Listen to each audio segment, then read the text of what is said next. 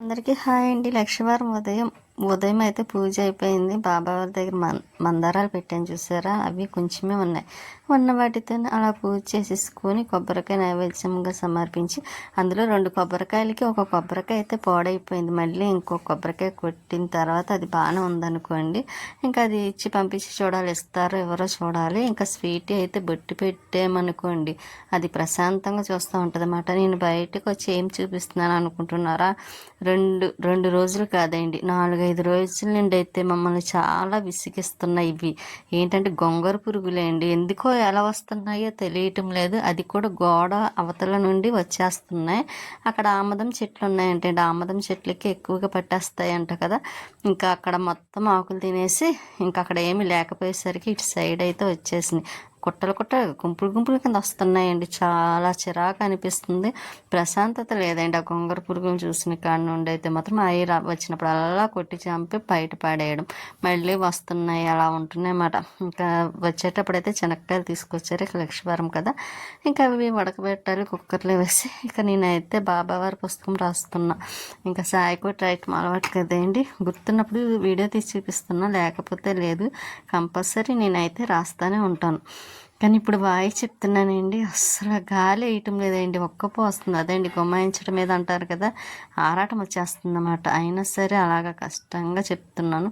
కొంచెం గాలి వేసినా బాగున్నాయండి, గాలి కూడా వేయటం లేదు. అందులో నేను గాలి వేయటం లేదు అంటున్నాను అనుకుంటున్నారా, ఫ్యాన్ కట్టేసి వాయిస్ చెప్తే గాలి ఏమేస్తుంది అండి, అందులో ఫ్యాన్ వేస్తే సౌండ్ వస్తుంది. అందుకనే ఇంక ఫ్యాన్ ఆఫ్ చేసి కొంచెం వాయిస్ కూడా క్లియర్గా ఉండాలి కదా, అందువల్ల అయితే ఫ్యాన్ లేకుండానే చెప్పడం వల్ల కొంచెం ఆరాటం వస్తుంది. ఇంకా శనక్కాయలు అయితే చూసారా, మట్టి అదేంటి నల్ల మట్టి ఏదో ఉంటుంది కదా, ఇంకా మట్టి అంతా శుభ్రంగా పోయేలాగా శుభ్రంగా కడిగి కుక్కర్లో పెట్టాను. ఒక పక్కన అయితే ఇడ్లీ వేస్తున్నా, తనకి స్వీటీకి అయితే అన్నం పెడుతున్నానండి. దానికి అన్నం పెట్టామనుకోండి మళ్ళీ నైట్ వరకు అడగదు. ఆయన కొంచెం అన్నం ఉంది, పప్పు, దానికోసమే పప్పు తెప్పించాను. నేను ఎలాగ ఈరోజు వంట చేయను కాబట్టి ఇంకా టమాటా పప్పు దానికి ఇష్టం కదా, ఇంకా టమాటా పప్పు వేసి పెట్టేస్తున్నాను.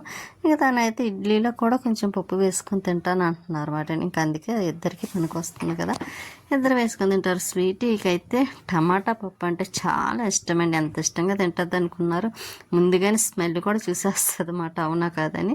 ఇంకా ఇడ్లీ వేసాను కదా, ఇంకా ఇడ్లీ వేసి దానికైతే ఇచ్చేస్తున్నాను. ఇంకా స్వీటీకి అయితే శనక్కాయలు ఇంకా ఉడకబెట్టిన తర్వాత వేడివేడిగా దానికి చాలా ఇష్టమండి, పెడతానా లేదా అని చూస్తూ ఉంటుంది. ఇంకా దానికి కూడా కొన్ని పెట్టి నేను కొంచెం తిని, ఇవి శంఖ చక్రాలండి. తిరుపతి వెళ్ళినప్పుడు వెంకటేశ్వర స్వామి వారిని తీసుకొచ్చాను కదా, ఇంకా తెచ్చిన తర్వాత ఇవి కొనాలన్న ఆలోచన కూడా అసలు నా మైండ్కి అయితే రాలేదండి ఆలోచన. కానీ అనుకోకుండా మన ఇంటికి అయితే వచ్చినాయి. అది కూడా తొలి ఏకాదశికి ఒక్కరోజు ముందు వచ్చినాయి. చూసారా, నేను ఊహించలేని సంఘటన అంటే ఇదేనేమో.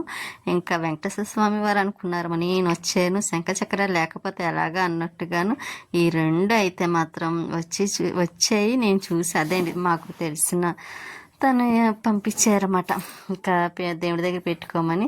ఇంకా అవి చూడగానే నాకైతే చాలా సంతోషం అనిపించింది, ఆశ్చర్యం అనిపించింది అండి. ఎందుకంటే అవి వస్తాయని నేను అనుకోలేదు కదా, ఊహించలేదంటూ ఉన్నదంటే ఇది ఒకటి మాత్రం. ఇంకా అవి సరే తొలి ఏకాదశి రోజు అయితే ఇంక వెంకటేశ్వర స్వామి వారి దగ్గర పెట్టి పూజ చేసుకుందాము కదా అని ఇంకా సంతోషంతో అయితే బీరువాలో పెట్టాను. ఇంకా మన కరివేపాకు మొక్కలు, ఇంకా నందివర్ధన పువ్వులు కూడా విడిచినవి చూసారా, అవి కూడా కొంచెం కోసి పక్కన పెడతాను. కిందకి వెళ్ళిన తర్వాత బాబావారికి పెట్టేస్తాను. ఇంకా మన మొక్కలు అయితే కిందని కొంచెం ఇలా పెట్టిన తర్వాత బాగున్నాయండి. పైన గోడ మీద పెట్టాం కదా, ఇంకా అంత డస్ట్ పడట్లా. ఈసారి తుడవడానికి కానివ్వండి చక్కగా ఉంది. అందుకే ఆలోచించి చేసిన పని ఎంత బాగుంది అనిపించింది అన్నమాట. అన్నీ కిందన పెడితే ఇంకా తుడిచేటప్పుడు ఇంకా చాలా ఇబ్బంది అవుతుంది. ఒకటి అంతా చెమ్మగా అయిపోతుంది కదా, అదంతా స్లాబ్ అంతా, అందుకోసమే తీసి పైన పెట్టాను. మన మామిడి మొక్క చూసారా, చిగురు వస్తుంది. ఇంక ఇప్పుడు కట్ చేయండి, ఎందుకంటే వరలక్ష్మి వ్రతం వస్తుంది కదా, అప్పుడైతే కొంచెం కట్ చేసి అమ్మవారి దగ్గర పెడదాం అనుకుంటున్నాను. అంటే అదొకటి సరిపోదు అనుకోండి, కానీ మన చెట్టు కొమ్మ కొంచెం చిన్నదైనా సరే ఆ రోజు పెట్టుకుంటే బాగుంటుంది కదా. ఇంకా మధ్యాహ్నం అయిపోయింది. ఇంకా బట్టలు అయితే వాషింగ్ మిషన్లో వేసాను. ఇంకా అవి అదే మార్నింగ్ వేసేసాను కదండి. ఇంకా ఆరబెడదాం అనుకునేసరికి ఇంకా వర్షం అయితే స్టార్ట్ అయింది. అది కూడా చూడండి, పైకి వెళ్ళినప్పుడు చక్కగా ఉంది, కిందకి రాగానే వర్షం అయితే డబడబమని పడిపోయింది. ఇంకా స్వీటీ వర్షాన్ని చూసారు. ఇంక బట్టలు అయితే నేను వేయలేదులేండి, నెక్స్ట్ డే వేద్దామని. ఇంకా ఎలాగాను ఇంకండి పైనాపిల్ ఉంది కదా, ఈ మధ్యన బాగా చూసి ఇదే తాగుతున్నాను నేను.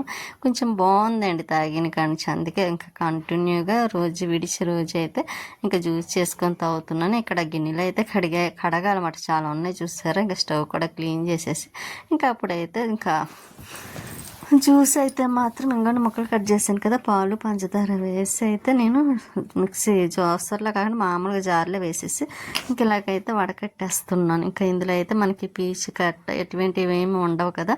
ఇంక ఇదైతే నాకు బాగా యూజ్ అవుతుంది. ఎప్పుడో అపార్ట్మెంట్లో తీసుకున్నానండి, అది వడకట్టేది దేనికన్నా ఉపయోగిస్తుంది, దేనికన్నా కాదు మంచినీళ్ళు వాటర్ పట్టుకునేటప్పుడు అని. ఇంకా స్వీట్